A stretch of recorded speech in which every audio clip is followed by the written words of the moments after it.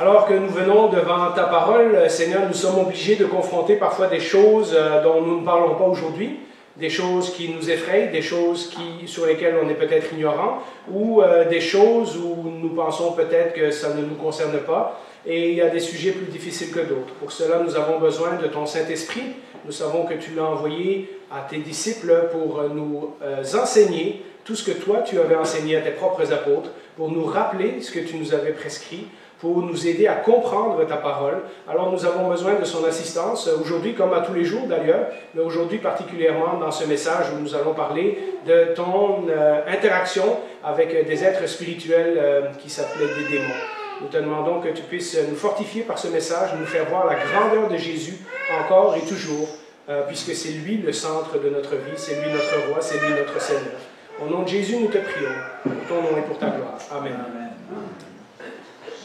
Alors aujourd'hui, je vais parler d'une histoire où Jésus chasse un démon, et la semaine prochaine, on va en voir une autre.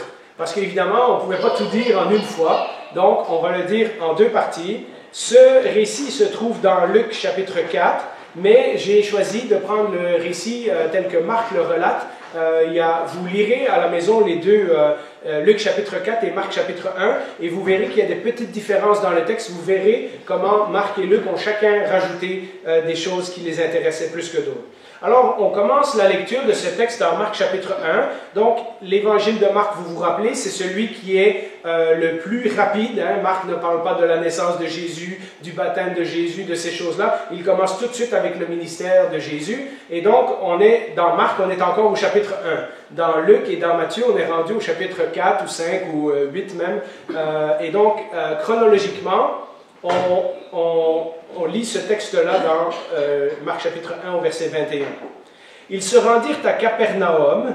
Dès le jour du sabbat, Jésus entra dans la synagogue et se mit à enseigner. La façon dont c'est écrit dans Luc, ça donne l'impression, le temps qui est utilisé dans Luc, donne l'impression que ce n'est pas la première fois que Jésus, c'est-à-dire Jésus était dans l'habitude d'enseigner à Capernaum. Donc, nous avons vu que Jésus est parti de Judée après son baptême par Jean-Baptiste et sa tentation, sa rencontre avec ses disciples, etc.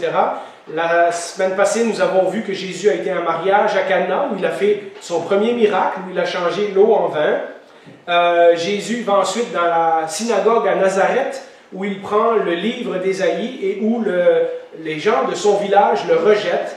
Et ensuite de ça, il déménage à Capernaum, où il va enseigner régulièrement dans la synagogue. C'est Capernaum qui, dans le ministère de Jésus, devient un petit peu sa base, son centre d'opération. C'est de là que Jésus démarre tous ses voyages. C'est de là que Jésus fait ses différentes visites dans les villages, etc., etc.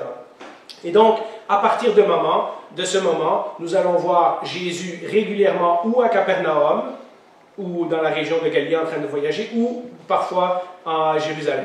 Et donc, nous allons parler beaucoup de Capernaum dans les prochains temps. Et nous avons vu que Jésus a commencé à montrer son autorité, puisqu'on va faire une série de 5-6 messages sur l'autorité de Jésus. Jésus a commencé son ministère, il a été tenté, il a choisi ses disciples, et maintenant il va démontrer son autorité à ceux qui l'entourent, afin qu'ils puissent grandir dans leur foi.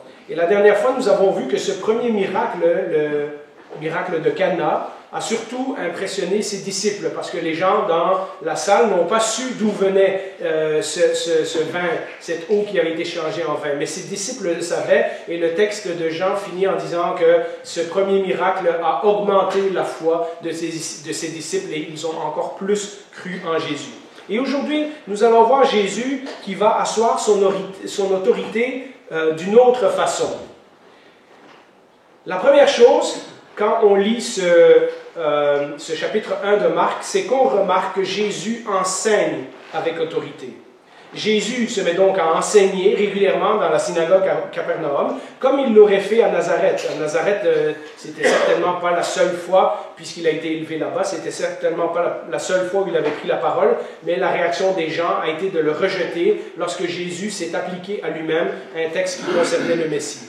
Et la première chose que Marc nous fait remarquer, c'est que l'enseignement de Jésus se fait avec autorité. Donc, comme nous allons parler d'autorité dans les prochaines semaines, c'est important de retenir ce mot-là. Marc nous dit au verset 22, « On était frappé par son enseignement, car il enseignait avec autorité et non pas comme les spécialistes de la loi. Nous reviendrons sur l'enseignement de Jésus dans le futur. À de nombreuses reprises, nous allons parler de l'enseignement de Jésus, mais je voulais juste faire une petite introduction aujourd'hui. Qu'est-ce que ça veut dire enseigner avec autorité? Pour nous, si je vous demandais avec autorité, quelqu'un qui parle avec autorité, on pourrait dire, bon, ben, c'est quelqu'un qui est autoritaire. Ou peut-être vous diriez, bon, ben, c'est quelqu'un qui a de la prestance, c'est quelqu'un qui a du charisme. Quand il parle, les autres l'écoutent, etc. Il impose le respect d'une certaine façon. Mais regardez ce que le texte nous précise. Le texte nous dit, avec autorité, pas comme les maîtres de la loi. Donc, il y a quelque chose que les maîtres de la loi font qui leur donne aucune autorité, et il y a quelque chose que Jésus fait qui démontre son autorité. Les scribes et les pharisiens avaient une autre façon d'enseigner. Ils ne disaient jamais, ils enseignaient toujours en disant « Voici ce que Moïse a dit, voici ce qu'un rabbin a dit ». D'ailleurs, en préparant ce texte, je disais, lorsqu'un pasteur prêche, il ne prêche pas de sa propre autorité, il prêche avec l'autorité de la parole. Moi, je vous montre la Bible, je vous montre la parole de Dieu, et je dis, voici ce que la Bible dit, voici ce que Jésus a dit, mais je dis jamais, voici ce que moi je vous dis. Eh bien, les scribes et les pharisiens prêchaient comme ça aussi. Ils disaient, voilà ce que tel rabbin a expliqué sur ce texte, voilà ce que Moïse nous dit sur ce texte, etc. Ils faisaient toujours référence à quelqu'un d'autre. Mais lorsque Jésus prêche, et on va le remarquer dans les évangiles, lorsqu'il explique quelque chose, lorsqu'il dit une parabole, lorsqu'il parle des commandements, lorsqu'il fait référence à l'écriture de l'Ancien Testament, etc., il parle de sa propre autorité. Jésus est toujours en train de dire, ça c'est pas ce que les autres vous disent, moi je vous dis. Ou parfois il va dire, mon Père vous a dit. Ou vous avez lu qu'il était écrit, mais moi je vous dis. Et donc ce que Jésus est en train de faire, c'est de dire aux gens qui l'écoutent, qu'il n'a pas besoin de l'autorité d'un autre rabbin ou de Moïse ou de quelqu'un d'autre, parce qu'évidemment, nous le savons. Jean chapitre 1 nous l'a présenté comme la parole de Dieu, la parole qui était avec Dieu, la parole qui a tout créé. Et donc, nous savons, nous, en commençant l'évangile de Jean, que Jésus est l'équivalent de la parole de Dieu. Mais vous voyez cette différence, lorsque Jésus parle, il parle de sa propre autorité, pas en citant quelqu'un d'autre comme référence. Il prononce une parole et ça arrive. Ça, on va le voir souvent.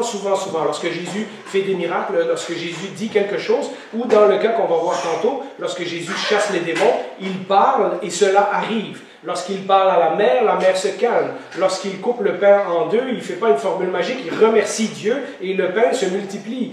Ce que Jésus dit, ça se passe, ça se fait. Lorsque Jésus dit que quelqu'un est guéri, la personne se lève, prend son matelas et elle est guérie. Avec Jésus, c'est direct. Il ne passe pas par des intermédiaires, il ne passe pas par des formules magiques, etc. Et pour montrer que son autorité vient réellement de Dieu, parce qu'on peut dire des choses, mais moi je vous dis, mais Jésus va faire une série de miracles pendant sa vie qui vont prouver qu'il vient de Dieu. Si vous voulez, dans la mentalité juive de cette époque-là, lorsque quelqu'un faisait des miracles, c'était qu'il était approuvé par Dieu. Nicodème, vous vous rappelez, dans Jean chapitre 3, dit « Maître, nous savons que tu es venu de Dieu, parce que personne ne peut faire les choses que tu fais si Dieu n'est pas avec lui. » Et donc, Jésus va démontrer son autorité de sa parole en utilisant son autorité sur la multiplication des pains, sur les maladies, sur les démons, etc., etc. En fait, Jésus parle comme seul Dieu peut parler, et Jésus fait ce que seul Dieu peut faire. Jésus n'est pas comme les chefs religieux qui essayent de dire aux autres comment agir en faisant appel à l'autorité de quelqu'un d'autre. Jésus dit aux gens de sa propre autorité ce qu'ils doivent faire pour entrer dans le royaume de Dieu. Ce qu'ils font de croche, ce qu'ils devraient laisser tomber, ce que ça va leur coûter de le suivre, etc.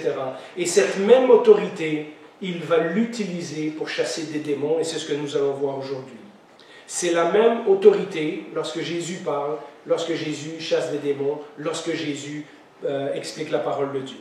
Alors nous avons un démon à Capernaum.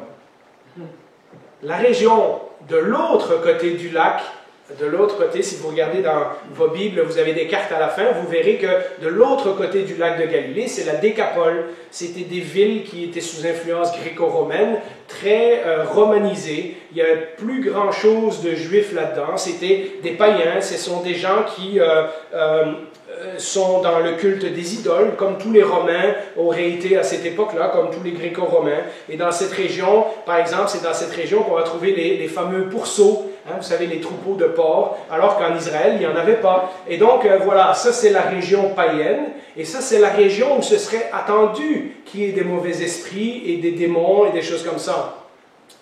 Mais pas en Galilée. En Galilée, les gens sont fidèles et ils sont plutôt fiers d'être fidèles à la parole de Dieu. Ils connaissent l'Écriture. Hein? On a vu comment les apôtres, ceux que Jésus a choisis comme apôtres, connaissaient déjà l'Écriture, s'attendaient au Messie, avaient une certaine attente, une certaine espérance. Ce sont des gens qui sont loyaux envers la loi. Le récit de la naissance de Jésus nous dit que Joseph était un homme juste, c'est-à-dire que Joseph était quelqu'un qui respectait la loi. Même chose pour Zacharie, pour Élisabeth, pour Marie, pour tous ces personnages qui nous ont été présentés au début des évangiles. La Galilée avait régulièrement des pharisiens, des scribes et d'autres qui les visitaient pour les enseigner. Ils avaient des synagogues partout. D'ailleurs, aujourd'hui, lorsqu'on va en Israël, on peut encore visiter les ruines de la synagogue de Capernaum. Et pourtant, c'est dans cette région de Galilée, là où les gens étaient plutôt croyants, où les gens étaient plutôt fidèles à l'Ancien Testament, c'est dans cette région de Galilée que certains mauvais esprits ont choisi de s'installer, et celui qu'on va rencontrer aujourd'hui en particulier. Alors, nous lisons à partir du verset 23, « Il y avait dans leur synagogue, donc on parle de la synagogue à Capernaum, un homme qui avait un esprit impur. Il s'écria, « Ah, que nous veux-tu, Jésus de Nazareth? Es-tu venu pour nous perdre? Je sais qui tu es, le Saint de Dieu. » On aurait pu penser que, puisque Jésus vit maintenant à Capernaum, ce démon aurait au moins essayé d'éviter la ville de Capernaum, qu'il aille s'installer ailleurs, mais pas à Capernaum. Mais non, c'est un jour de sabbat, en pleine synagogue, que ce démon plein d'arrogance décide d'aller confronter Jésus. Quel affront! Les gens de Capernaum avaient construit cette synagogue pour en faire un lieu de prière, un lieu où on lit la parole, un lieu où on explique les choses sur Dieu. Et en plus, le jour du sabbat, vous le savez, le Seigneur a sanctifié le jour du sabbat dans Lévitique et dans d'autres passages de l'Ancien Testament en disant « Vous mettrez une journée à part pour moi. Pendant la semaine, vous faites vos affaires, mais le jour du sabbat, vous devez vous occuper de mes affaires. » Et puis c'est ce jour-là, le jour du sabbat, que le démon a choisi dans la synagogue, hein, c'est comme s'il venait à l'église aujourd'hui, et de confronter Jésus. Il n'a pas attendu que Jésus traverse en Décapole, ce que Jésus va faire un peu plus tard, dans Marc chapitre 5 environ. Et il sait en plus que Jésus est le Saint de Dieu, il le dit, et pourtant il vient le confronter. Il vient confronter, mettre en doute l'autorité de Jésus dans sa propre synagogue. Il vient défier l'autorité du Fils de Dieu dans la synagogue où celui-ci est en train de prêcher. Alors cela m'amène à une autre chose qu'on va rencontrer tout au long du Nouveau Testament dans les évangiles, une seule parole. Une seule parole de Jésus suffit pour tout changer. Avec une seule parole, le Seigneur lui ferme la bouche, l'oblige à obéir et le force à quitter l'homme qu'il possédait. Nous lisons cela au verset 25. Jésus le menaça en disant « Tais-toi et sors de cet homme. » L'esprit impur sortit de cet homme en le secouant violemment et en poussant un grand cri. Tous furent si effrayés qu'ils se demandaient les uns aux autres, écoutez bien ceci, qu'est-ce que ceci? Quel est ce nouvel enseignement? Il commande avec autorité même aux esprits impurs et ils lui obéissent. Et sa réputation gagna aussitôt toute la région de la Galilée.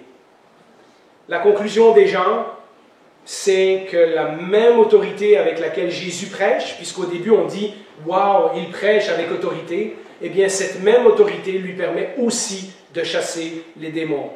Jésus prêche avec la même autorité et de la même façon il peut chasser les démons avec une seule parole. et preuve du même coup que son enseignement est vrai et que Jésus est envoyé par Dieu, que Jésus n'est pas un menteur. Et ça, c'est la preuve de ce miracle. Dans Matthieu 8, 31 et dans plusieurs autres passages, parce que ce n'est pas la seule fois où Jésus va chasser des démons, nous voyons que les mauvais esprits sont obligés d'obéir instantanément à Jésus. Et ça, c'est important. On voit parfois aujourd'hui des exorcismes dans certaines églises, même des pasteurs qui sont spécialisés à chasser les démons. Ce qu'on remarque dans la vie de Jésus, dans la vie des apôtres, c'est qu'en une parole, le démon est chassé. Lorsque ça vous prend 3h30 avec toutes sortes de cérémonies et toutes sortes d'impositions des mains et de cris et de prières et tout ça, il y a quelque chose qui ne correspond pas à ce que l'Écriture nous enseigne. Lorsque Jésus chassait les démons, ça se faisait tout de suite.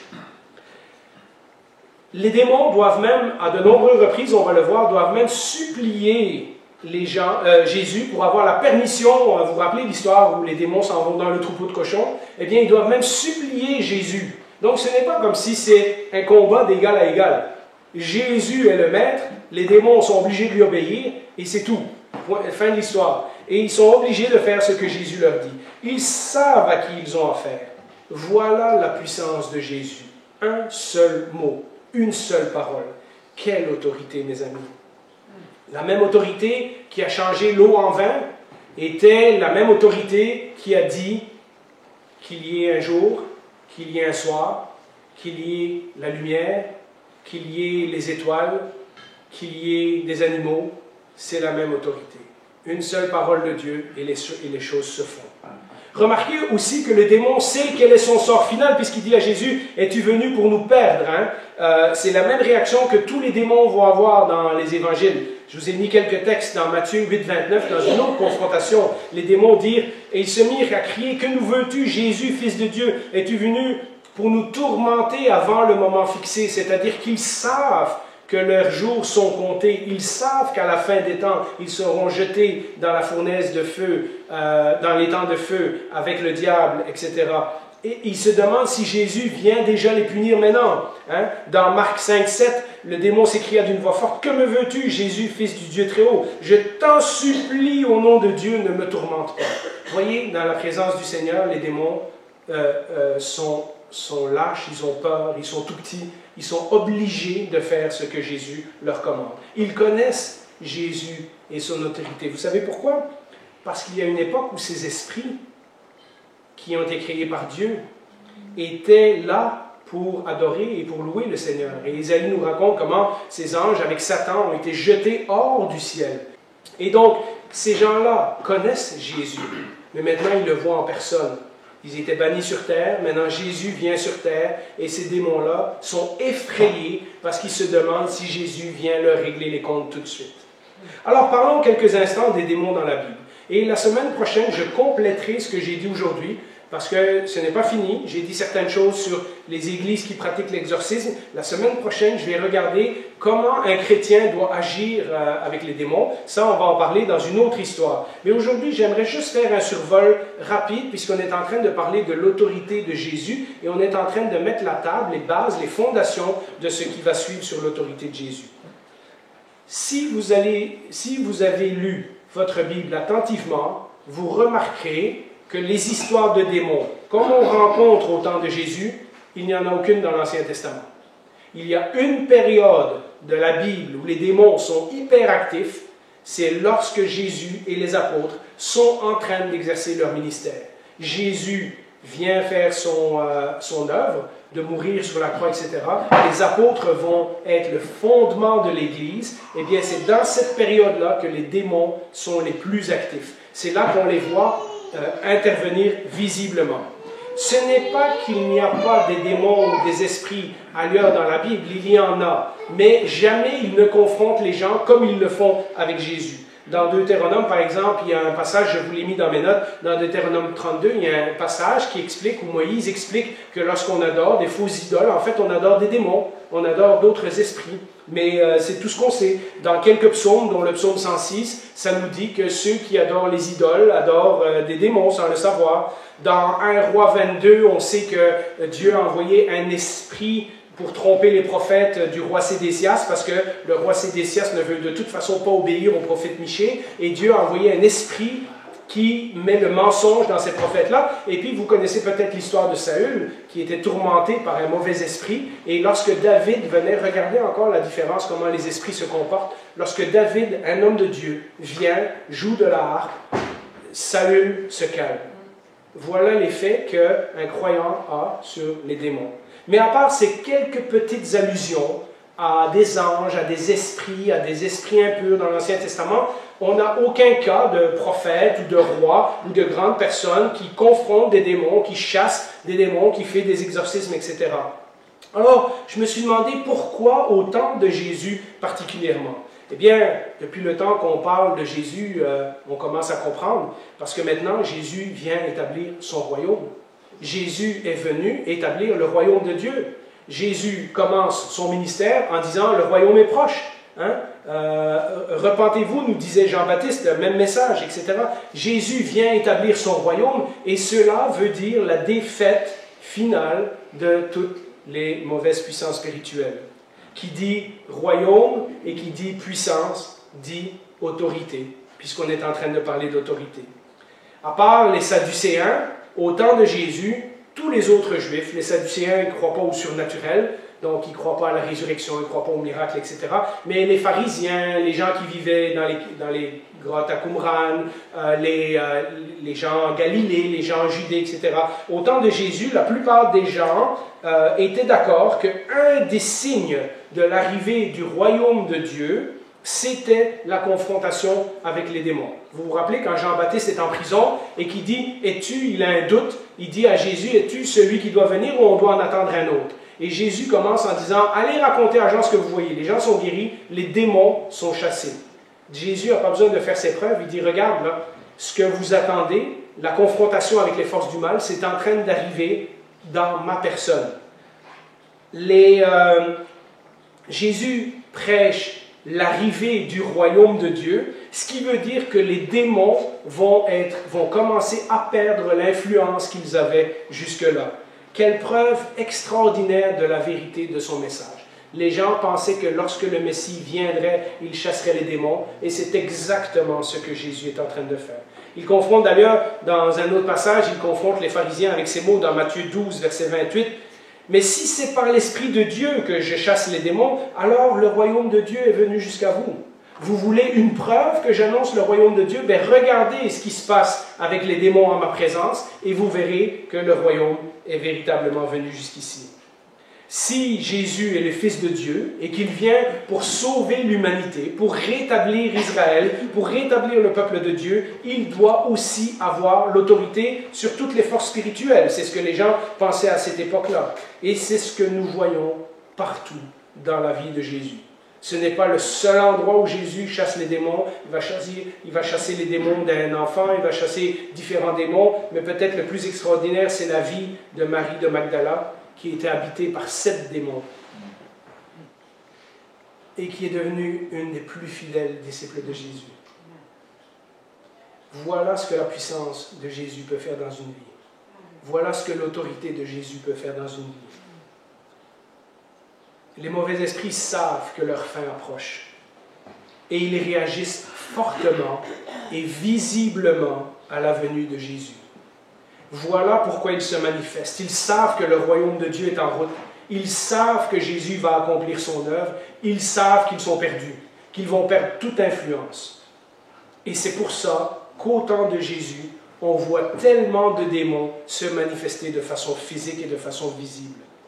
Dans Luc 10, dans cette histoire où Jésus a envoyé 70, et il leur a donné le pouvoir de guérir, mais aussi de chasser les démons en son nom, dans l'autorité du nom de Jésus.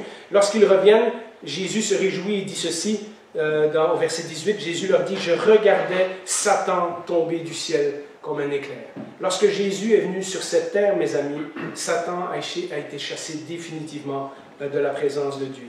Il a été jugé, il a été expulsé du ciel. Depuis ce moment-là, son temps est limité, sa fin approche. Un jour, il sera éliminé pour toute l'éternité, et il le sait. Grâce à la venue de Jésus, et de sa victoire sur les démons et sur Satan lui-même. Dans la tentation, c'est un exemple où Jésus a combattu Satan. La volonté de Dieu peut être faite sur la terre comme au ciel. Vous vous rappelez que Jésus nous a demandé de prier que ta volonté soit faite sur la terre comme au ciel. Dans l'original, on pourrait traduire que ta volonté soit faite sur la terre comme elle l'est déjà au ciel. Dans les lieux célestes, Dieu et Jésus-Christ règnent déjà. Et maintenant, Jésus venait pour accomplir la volonté de Dieu dans les lieux terrestres également. Le plan de Dieu est en marche. Les démons font des tentatives inutiles d'essayer de l'arrêter, mais ça ne fonctionnera pas. Alors, si on revient au texte, vous avez remarqué que Jésus ordonne aux démons de se taire. Pourquoi doivent-ils se taire?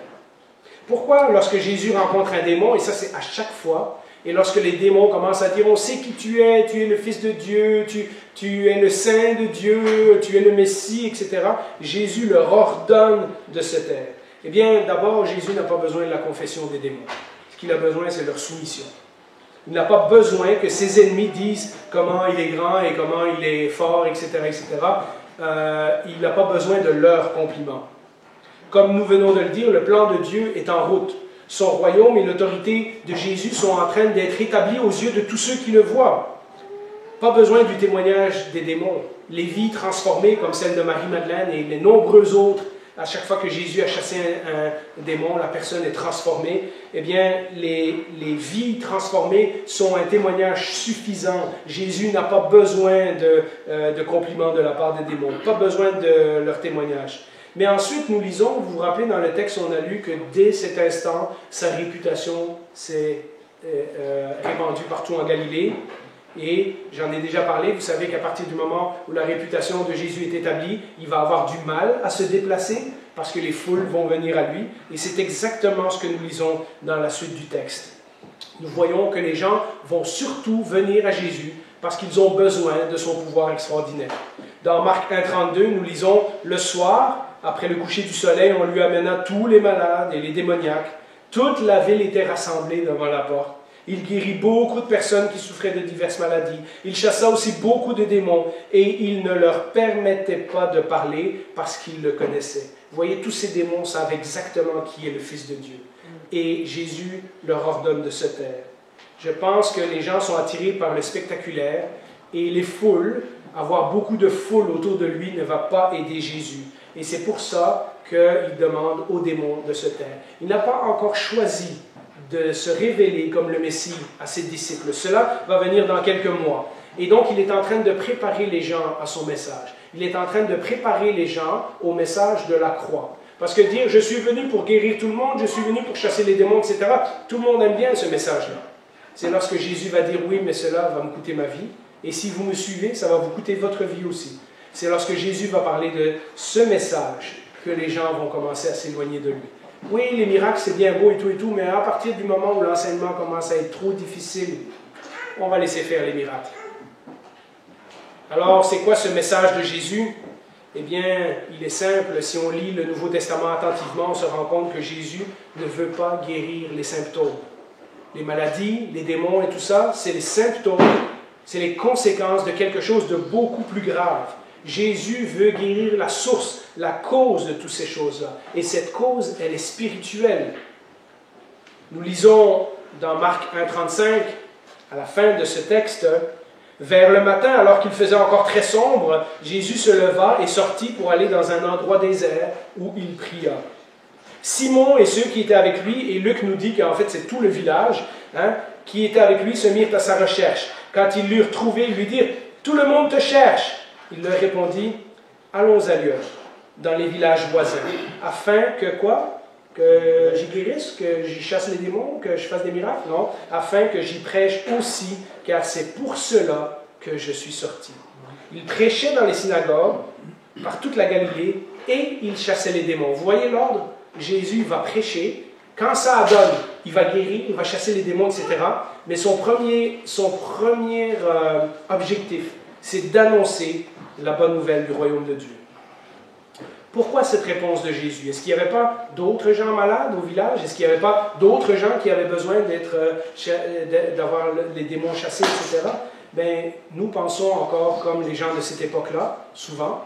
Nous pensons encore comme les disciples ont pensé pendant un bon moment. Vous vous rappelez le message que Raphaël nous a fait sur la Samaritaine, alors que Jésus voit les choses spirituelles, eux, ils sont concernés par le pain et par les choses matérielles. Bien, nous pensons encore que ce que les gens ont besoin, c'est d'être délivrés des problèmes, d'être délivrés de leurs maladies, d'être délivrés de leurs problèmes financiers, d'être délivrés de la pauvreté, d'être délivrés de l'injustice. Et c'est vrai que ce sont des causes et des choses qui nous tiennent à cœur, mais en parlant de pauvreté, Jésus a dit, vous aurez toujours les pauvres avec vous, mais moi, vous ne m'aurez pas toujours.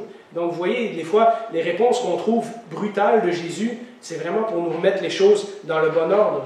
Pourtant, vous vous rappelez, quand Jésus envoie les 70 disciples pour préparer le chemin dans les villages où il va aller prêcher et qui leur donne son autorité pour qu'ils fassent des guérisons, qu'ils chassent les démons. Donc, avant que Jésus vienne prêcher, si vous voulez, ces disciples-là sont en train de préparer le terrain. Ils font les miracles et ils chassent les démons pour que le terrain soit libre, pour que quand Jésus arrive, les gens écoutent son message. Et là, ils reviennent et ils se réjouissent et disent à Jésus, « Waouh, c'est extraordinaire, on peut même chasser des démons en ton nom. » Qu'est-ce que Jésus leur dit? Encore une autre de ces brutales phrases qui nous ramènent à la réalité spirituelle des choses. Dans Luc chapitre 10 au verset 20, « Cependant, ne vous réjouissez pas de ce que les esprits vous soient soumis, mais réjouissez-vous de ce que vos noms sont inscrits dans le ciel. » Tout cet épisode nous rappelle que notre véritable problème, le problème essentiel de tous ceux qui rencontraient Jésus et de tous ceux qui sont en contact avec Jésus encore aujourd'hui, notre véritable problème est un problème spirituel. C'est notre péché qui nous sépare de Dieu. Si Jésus fait un miracle dans ma vie, mais que ma vie n'est pas transformée, aux yeux de l'éternité, quelle valeur est-ce que ça a? Je me sens mieux maintenant, mais où je passe l'éternité? Nous allons rencontrer régulièrement, tout au long du ministère de Jésus, cette emphase sur la parole prêchée de Dieu, sur écouter et mettre en pratique le message plutôt que tout le reste. Les pains, la tempête, les guérisons, les démons, même la résurrection de Lazare. Non, il y a des choses plus importantes, Jésus nous dit. Vous devez entendre mon message et vous devez le mettre en pratique. Parce que si nous ne sommes pas délivrés de nos péchés, alors le reste est secondaire et même temporaire. Ça va nous durer le temps qu'on vit ici, mais lorsqu'on affronte l'éternité, à quoi ces choses-là nous auront servi? Quel avantage d'avoir un miracle, une guérison dans notre vie, etc., si en bout de ligne, nous sommes séparés de Dieu pour l'éternité? Est-ce que tout ce que nous voulons, c'est vivre bien maintenant, puis tant pis pour l'éternité? Par contre, si nous avons Jésus dans notre vie aujourd'hui, et qu'il a réglé dans notre cœur le problème du péché, alors nous savons que tout le reste, les guérisons et toutes ces choses-là, ça viendra un jour. Peut-être sur terre, peut-être dans l'éternité, mais certainement dans l'éternité. En conclusion, j'aimerais finir avec cette réflexion. Le démon est sorti en poussant un cri. Ça devait être un cri de hargne, un cri de haine, un cri de désespoir, très probablement, un cri de colère. C'est à la croix que les démons vont pousser leur dernier cri pour défier l'autorité de Jésus. Si tu es le Fils de Dieu, descendons de la croix. Il a guéri les autres et il n'est pas capable de se sauver lui-même. Mais vous savez pourquoi les démons étaient là? Parce qu'à la croix, Jésus a fini complètement ce qu'il avait commencé à Capernaum ce jour-là. La délivrance qu'il avait commencé dans la vie de cet homme-là. Ce jour-là, à la croix, Jésus a pris tous nos péchés, toutes nos infirmités, toutes nos fautes, toutes nos blessures, tout ce qui va mal avec nos vies, afin que nous puissions en être délivrés une fois pour toutes pour l'éternité. Mais c'était en commençant à Capernaum, dans ce petit village, que Jésus a prêché le royaume de Dieu et a commencé à reprendre le monde des mains de son adversaire, le diable. Une région à la fois, une ville à la fois, une synagogue à la fois, une personne à la fois. J'espère que vous connaissez ce Jésus aujourd'hui. Prions. Bien, Seigneur, dans notre monde qui est si centré sur nous, qui est si centré sur le matériel, nous oublions la cause spirituelle profonde de tous les problèmes qui nous entourent. Nous oublions que la maladie, les tentations, le péché, les différents combats, etc. sont dus au mal qui a pénétré profondément en nous lorsque nous avons hérité la nature d'Adam et Ève. Et en même temps, en lisant cette histoire, nous nous rendons compte de ce que tu as fait à la croix. Tu n'es pas juste venu pour guérir quelques gens, faire quelques miracles, et puis par accident, on t'a cloué sur une croix, et tout à coup, voilà, maintenant il faut croire à ton message. Nous nous rendons compte que tout ça fait partie d'un plan grandiose qui vient nous montrer ce qui nous attend pour l'éternité. Nous savons qu'un jour, nous n'aurons plus l'influence des mauvais esprits. Nous savons qu'un jour, nous n'aurons plus l'influence de la maladie, l'influence du péché, l'influence de la tentation, l'influence du mensonge, de l'orgueil et de toutes ces choses. Le diable n'a déjà plus de pouvoir sur nous maintenant que nous sommes tes enfants. Et Seigneur, nous avançons dans cette vie en sachant qui nous sommes assis dans les lieux célestes avec toi. Et pourtant, pour le temps qui nous reste à vivre encore ici-bas, nous avons un combat à mener.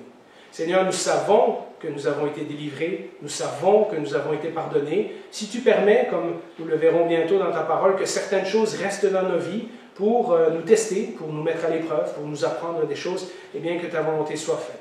Mais nous voulons être certains ce matin, en quittant ici, que nous t'appartenons, que nous savons que nous sommes délivrés pour l'éternité de la chose qui nous tenait le plus loin de toi, c'est-à-dire notre péché, le diable et la mort. Seigneur, qu'en voyant ta vie, en étudiant ta parole, nous soyons profondément encouragés de marcher sur ce chemin en sachant que ce qui nous attend est toujours meilleur que ce que nous vivons maintenant. Au nom de Jésus, nous te prions, nous te remercions, nous te rendons gloire. Roi des rois, Seigneur des seigneurs. Amen. Amen.